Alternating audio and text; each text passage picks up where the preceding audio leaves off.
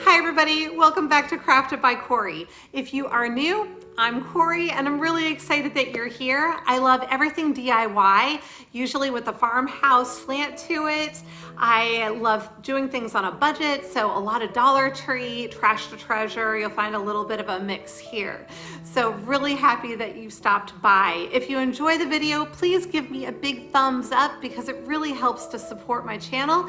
And if you would, please consider subscribing and hit that little bell so you get notified every time I upload a new video.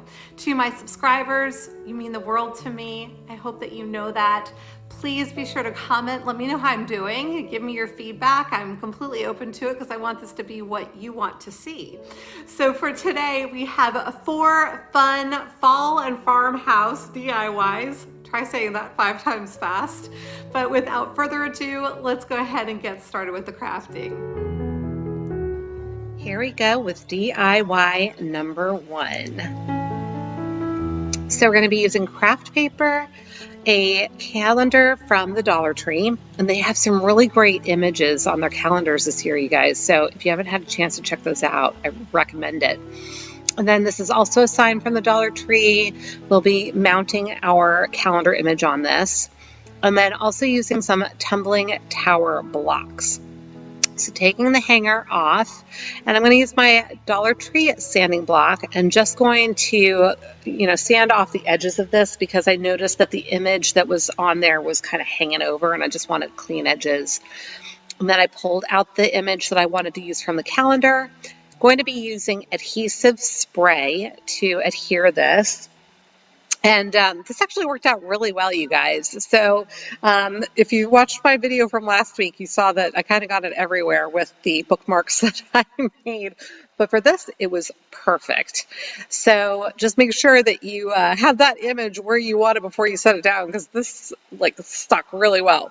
So getting all of the air bubbles out, you can use a credit card or whatever. I'm using my burnishing tool from my Silhouette. And here we are. I'm building a little frame with the tumbling tower blocks, but you'll notice in a second, I discovered that they're not all consistently the same color from one box to the next. I had a bunch of extras from other projects. I'm like, these are not the same color. So I ended up opening up another box and was just hoping that they would either match or that I would have enough of the brown blocks in the one box, and it actually worked out fine. But you can see I've got a little bit of a gap there. So I took my trusty little miter saw and cut off a couple of pieces, there you are, to just fit in. Just made sure that the edges were nice and just tucked those in to complete the frame so that I was good to go. Now I'm using just a straight edge to get myself started to make sure that everything will be nice and square, and hot gluing those little tower blocks around the perimeter of my picture. So I'm just going to do that all the way around.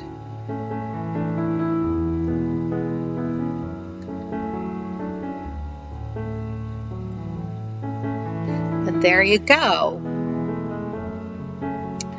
So now I'm going to be using some burlap ribbon, and I've had this for a really long time, you guys, so I'm not sure where I got it. I think I got it online at ribbon.com or something.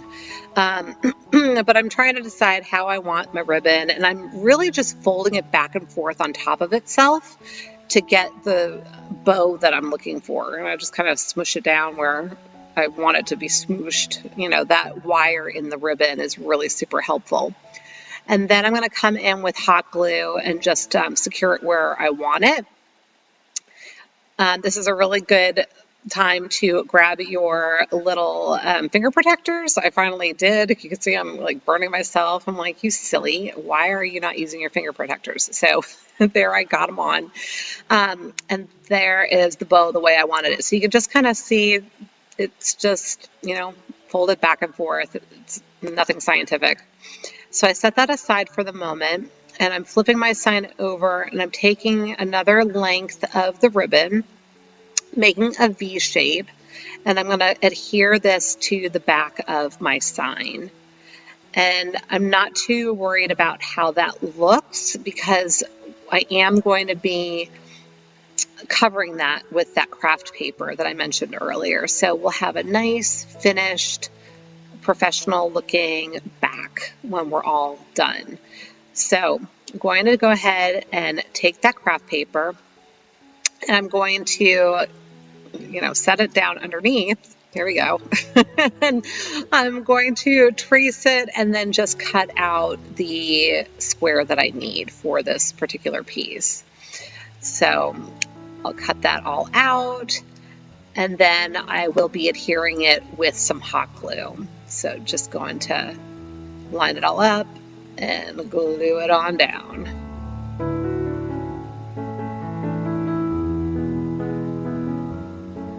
This just helps to have a nice finished piece. So if anybody happens to see the back or if you decide it's something you'd like to sell, it's nice and done. So now I'm going to take that bow and I'm hot gluing that to the top of the hanger. And I did end up deciding this was too long, so I adjusted it down a little bit in the end. So here we go with DIY number 2. So for this, we've got a couple more signs from the Dollar Tree. I also picked up these cute fabric swatches, not swatches, they're like nice size. They're about the size of a bandana, but I was excited to find the gingham check. So also going to be using some white Adirondack chalk paint.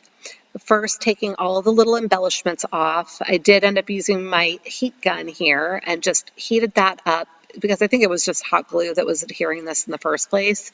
So got that heated up and then it popped right off. I'm like, where did that go? I don't know. It ended up that it was under the other sign. So I'm like, oh, well, there it is. So did that on both sides. And then I discovered that I could pull the burlap right off the top of the signs. I thought I was going to have to just sand them all down.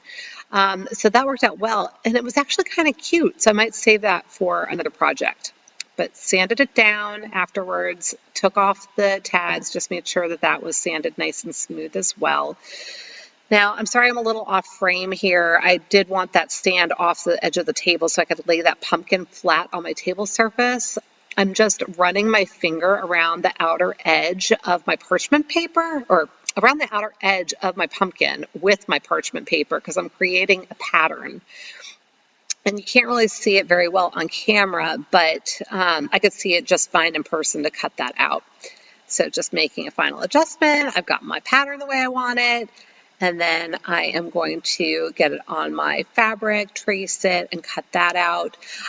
Just a warning, the pumpkins are not symmetrical. So when you do this, you want to make sure that your pattern is on the fabric in such a way that when you cut it out, the right side of your fabric is going to face the right direction for your pumpkin. I hope that makes sense. I actually did it wrong the first time. I had to cut it out a second time. So I figured I would just warn you on that. So once that's all lined up and you're good to go, I actually went ahead and gave a coat of the Adirondack white paint to have a just a clean starting point. I wasn't sure if any of that was going to show through some of the white parts of the fabric, so I just wanted to make sure that it was good to go. And then I also painted the other side so that I would have just a lighter surface for the decal I'm going to be printing in a minute.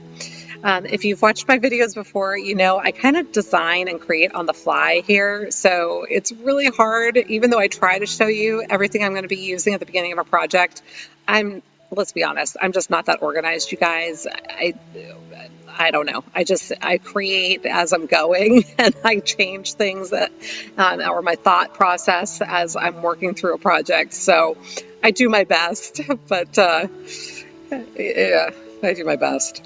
So here is my silhouette cameo, or my cameo silhouette. I can never remember which way it said, but cutting out some vinyl in black, green, and orange to create these beautiful little decals.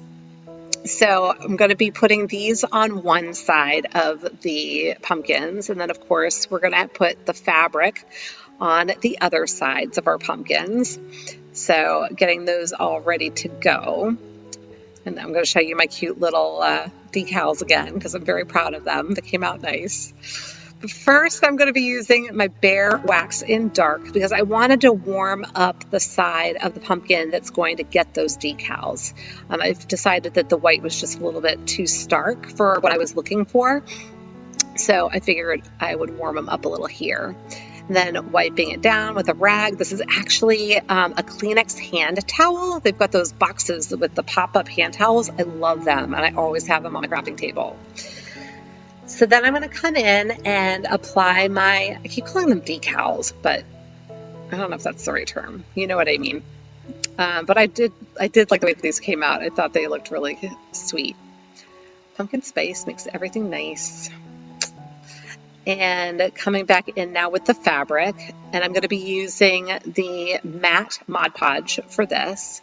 I used the matte because I did want to, I didn't want any kind of a shine. I wanted to maintain the feel of the fabric, if you will, when you look at it, just so that you know that it's fabric. I wanted that, just that matte finish. And this stuck really, really nice, you guys. And then I wasn't worried too much that my edges weren't exact because, again, I had already been thinking that I was changing up what I was doing, or adding to it, I should say.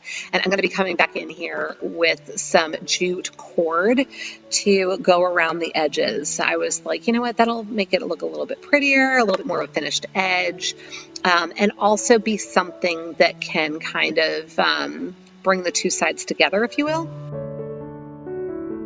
So here we are with the jute cord, and I think I got this from Walmart. It's a nice big roll, and I think it was something like 10 or 12 bucks. So I thought it was a good deal. And I am going to go around the entire outside edge of each of my pumpkins with the jute cord. And then I'm also going to go along the bottom edge on both sides.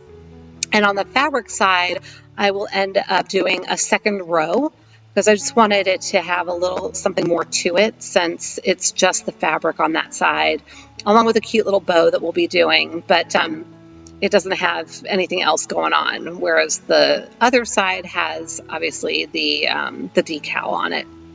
So here I am going back around for that second row. And once I am done with that, I decided that I wanted to wrap the stem in jute cord as well and just make that the stem, if you will. So I mentioned I'm going to do a little bow, so I left a nice long tail at the base of where I started wrapping the stem so that I would have something to tie the bow with. And I just used a little bit of hot glue at the base, and then I wrapped it around until I got close to the top. And then I did use sufficient hot glue at the top just to make sure that it was going to be nice and secure, that it wasn't going to pop off of there and start unraveling. So I just made sure that that was sufficient. And then once I was satisfied with that, I started wrapping my way back down again, just around and around until I got back down to the base and could tie the little bow. And this is just a very basic bow, tie your shoelaces kind of bow. And then I tied off the ends with just a simple knot because that's the way I like to finish my my bows when I've got the raw edges there. So cute, right? What do you think? Leave a comment for me and tell me what you think of these. So live and learn. You know, I did it the first time on the first sign, and I was thinking about how I might do it better this time. So I decided to start at the base and work my way around. And this time I just worked the entire base and edge with a single strand of jute cord. So really my goal here was to have fewer cut edges just so that there was less of a chance for something to come loose and stick out. And so this is the first time I'm making a cut right there at the base after I've gone all the way around. And then I'm going to do the same thing that I did on the first one, and I'm leaving a nice long tail using a little bit of hot glue, and then I'm working my way around and around to create my stem. And then I worked my way back down tied it off with my nice little bow, and then I'm going to also tie off the ends once again. Super cute. I love these. So here we go with DIY number 3.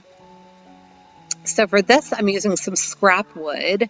I'm also using a couple of rounds that came from a pack from Hobby Lobby. It was a pack of 4 for like $2.99. And this is a $5 spindle that I got from the Home Depot, along with some Adirondack white chalk paint and some elephant chalk paint. So I'm going to start out with my miter saw, and I'm going to cut the spindle not at the midway point. I picked a point that looked like a good place for my liking. And now I'm measuring the longer piece down to be just slightly longer than the original piece. And I wanted them to have a similar look. So now I'm showing you the screws that I'm going to be using. I found center on my wood blocks, and I'm just drilling holes. I'm using one as the template for the other. I didn't show it because it was too hard to get it in frame, but I also drilled holes in the tops and bottoms of the spindles in the center. Now I was just showing you that I had found a larger drill bit that was a little bit bigger than my screw heads because I want to be able to countersink my screws. So see that? I didn't go all the way through, just a little bit, just enough so that when I screw these in, my screw heads will sit below the surface of the wood, and that's going to allow them to sit flat on whatever surface I set these candlesticks on. So I started off my screw in that wood, and then once it was starting to poke out on the other side, I attached it to the spindle and started securing it that way. And then I just tightened it up as much as I could. So then I found center on my circles, and I did the exact same process. I drilled my holes, then I switched out my drill bit and did what I needed to do to enable myself to be able to countersink my screws. So that's what I'm doing there. And here they are put together. So giving them a good coat of the Adirondack white chalk paint. Now I'm just dry brushing a little bit on the white part of the spindles just to blend everything. And then using my elephant with my chip brush, going in and distressing everything, especially on those edges. So here we go with DIY number 4. So this is my inspiration photo from Grab and Rod. These were like $79, you guys. So I'm like, Dollar Tree pumpkin. Yeah, here we go. This is a napkin that I had left over from Bed Bath & Beyond, a pack that I had from a while ago. Used my Adirondack white chalk paint, some folk art chalk paint, and gold. Gonna give our pumpkin a couple of coats of white chalk paint. I'd set the little oh yeah, I sanded this off because it was bothering me. There was a ridge on it. I just wanted it all to be nice and smooth.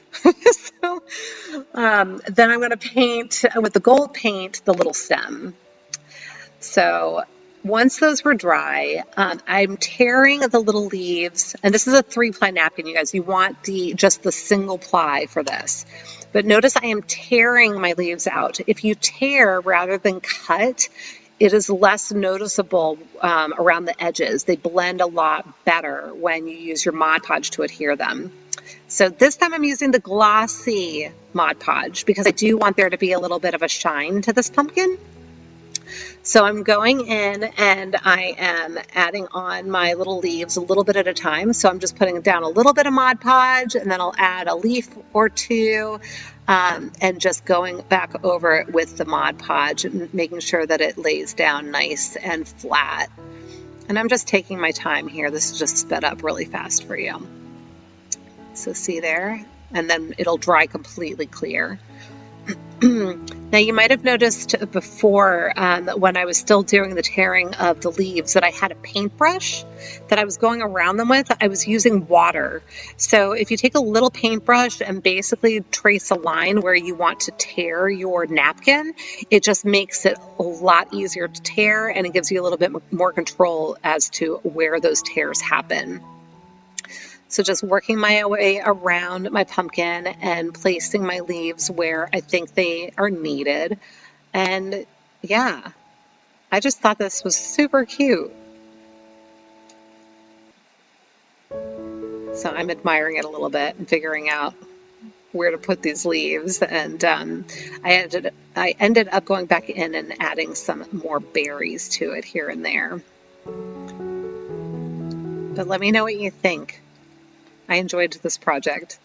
And then I just hot glued the stem back on to the pumpkin. So here we go with the final reveal.